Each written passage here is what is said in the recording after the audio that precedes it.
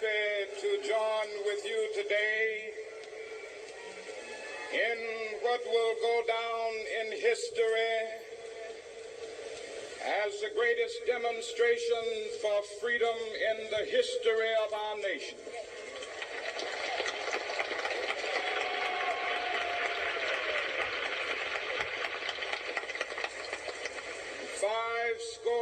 Years ago,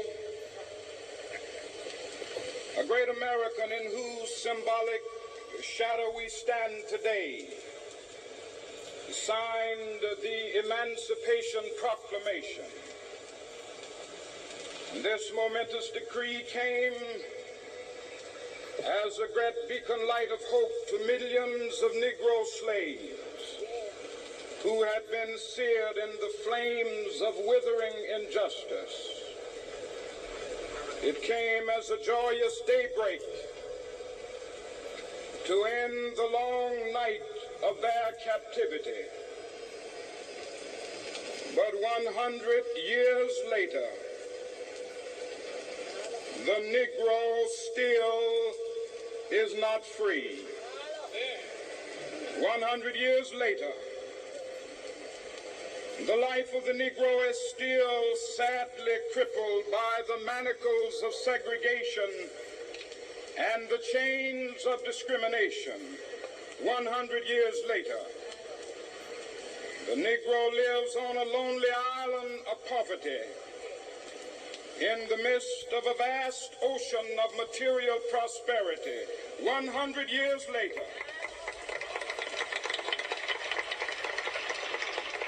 the Negro is still languished in the corners of American society and finds himself in exile in his own land. And so we've come here today to dramatize a shameful condition. In a sense, we've come to our nation's capital to cash a check. When the architects of our republic wrote the magnificent words of the Constitution and the Declaration of Independence, they were signing a promissory note to which every American was to fall heir. This note was a promise that all men, yes, black men as well as white men, would be guaranteed the unalienable rights of life, liberty, and the pursuit of happiness. It is obvious today that America has defaulted on this promissory note insofar as her citizens of color are concerned. Instead of honoring this sacred obligation, America has given the Negro people a bad check, a check which has come back marked insufficient funds.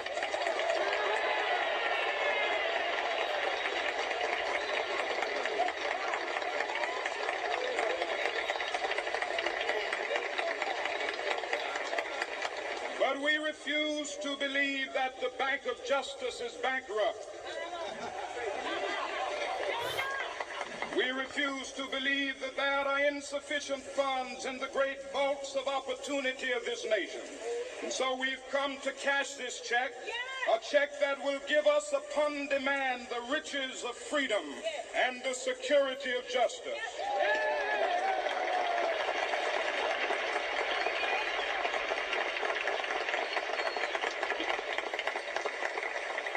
We have also come to this hallowed spot to remind America of the fierce urgency of now. This is no time to engage in the luxury of cooling off or to take the tranquilizing drug of gradualism.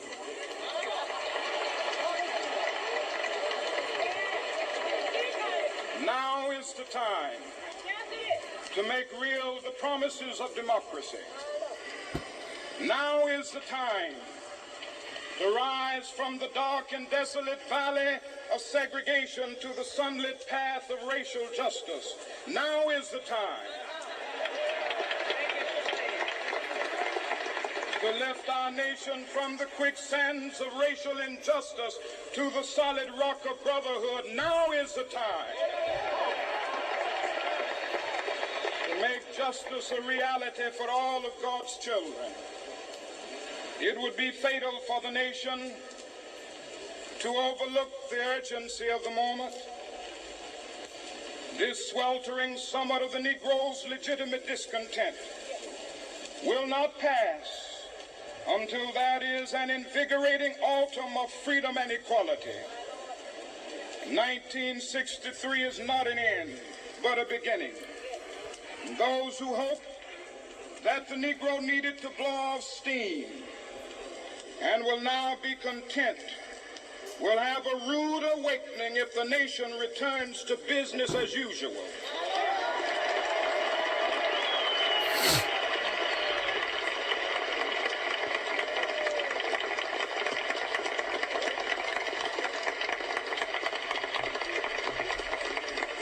There will be neither rest nor tranquility in America until the Negro is granted his citizenship rights. The whirlwinds of revolt will continue to shake the foundations of our nation until the bright day of justice emerges. But that is something that I must say to my people who stand on the warm threshold which leads into the palace of justice. In the process of gaining our rightful place, we must not be guilty of wrongful deeds. Let us not seek to satisfy our thirst for freedom by drinking from the cup of bitterness and hatred.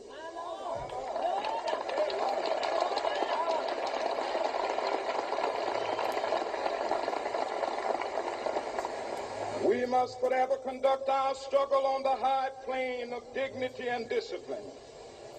We must not allow our creative protests to degenerate into physical violence.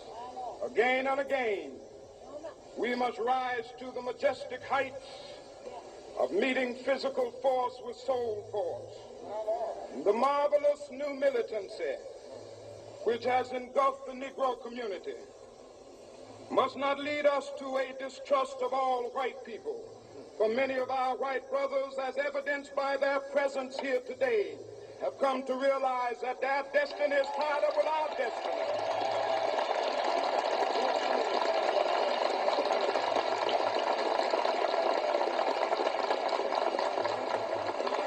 And they have come to realize that their freedom is inextricably bound to our freedom. We cannot walk alone. And as we walk, we must make the pledge that we shall always march ahead. We cannot turn back. There are those who are asking the devotees of civil rights, when will you be satisfied? We can never be satisfied as long as the Negro is the victim of the unspeakable horrors of police brutality. We can never be satisfied as long as our body is heavy with the fatigue of travel, cannot gain lodging in the motels of the highways and the hotels of the cities.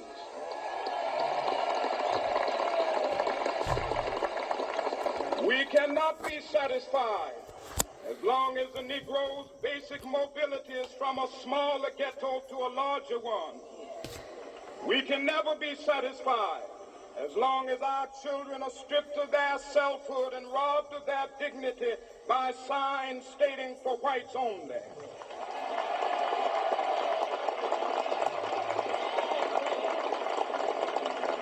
We cannot be satisfied as long as a Negro in Mississippi cannot vote and a Negro in New York believes he has nothing for which to vote.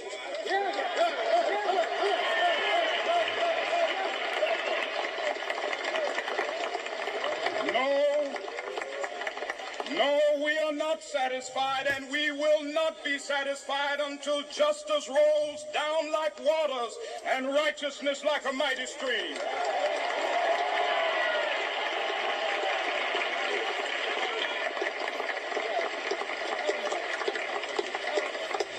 I'm not unmindful that some of you have come here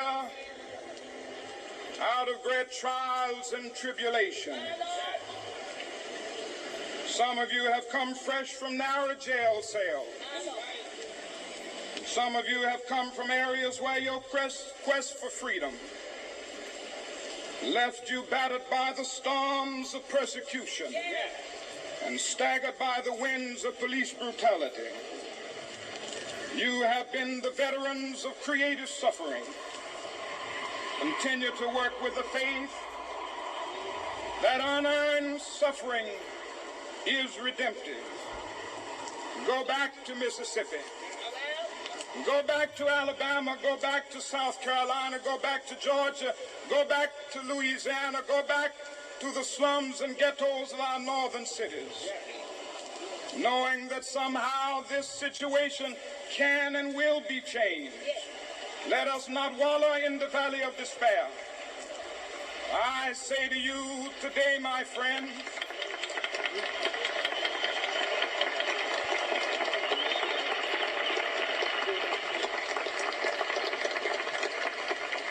so even though we face the difficulties of today and tomorrow, I still have a dream.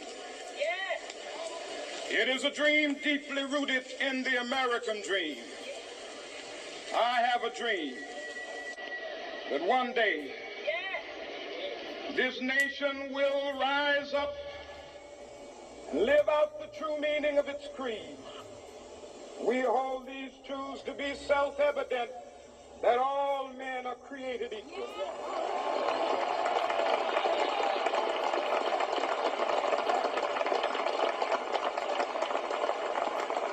I have a dream that one day on the red hills of Georgia, the sons of former slaves and the sons of former slave owners will they be able to sit down together at the table of brotherhood. I have a dream that one day, even the state of Mississippi, a state sweltering with the heat of injustice, sweltering with the heat of oppression, will be transformed into an oasis of freedom and justice. I have a dream that my 4 little children will one day live in a nation where they will not be judged by the color of their skin, but by the content of their character. I have a dream today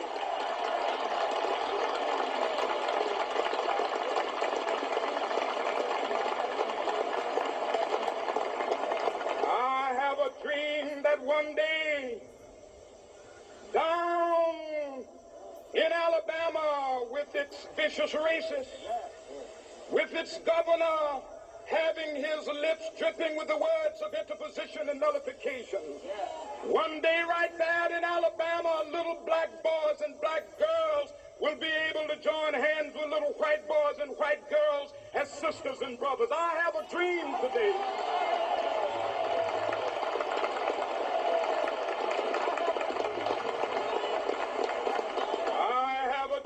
that one day every valley shall be exalted, and every hill and mountain shall be made low, the rough places will be made plain, and the crooked places will be made straight, and the glory of the Lord shall be revealed, and all flesh shall see it together.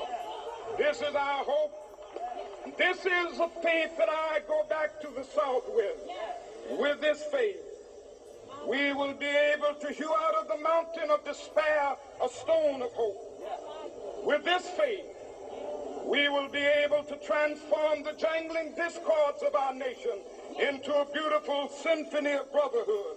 With this faith, we will be able to work together, to pray together, to struggle together, to go to jail together, to stand up for freedom together, knowing that we will be free one day. This will be the day. This will be the day when all of God's children will be able to sing with new meaning, "My country, tears of thee. Sweet land of liberty, of thee I sing. land where my fathers died, land of the pilgrim's pride. From every mountainside, let freedom ring. And if America is to be a great nation, this must become true. And so let freedom ring. From the prodigious hilltops of New Hampshire, let freedom ring. From the mighty mountains of New York, let freedom ring. From the heightening Alleghenies of Pennsylvania, let freedom ring. From the snow-capped Rockies of Colorado, let freedom ring. From the curvaceous slopes of California. But not only that, let freedom ring from Stone Mountain of Georgia. Let freedom ring from Lookout Mountain of Tennessee. Let freedom ring from every hill and molehill of Mississippi, from every mountainside. Let freedom ring. And when this happens, when we allow freedom ring, when we let it ring from every village and every hamlet, from every state and every city,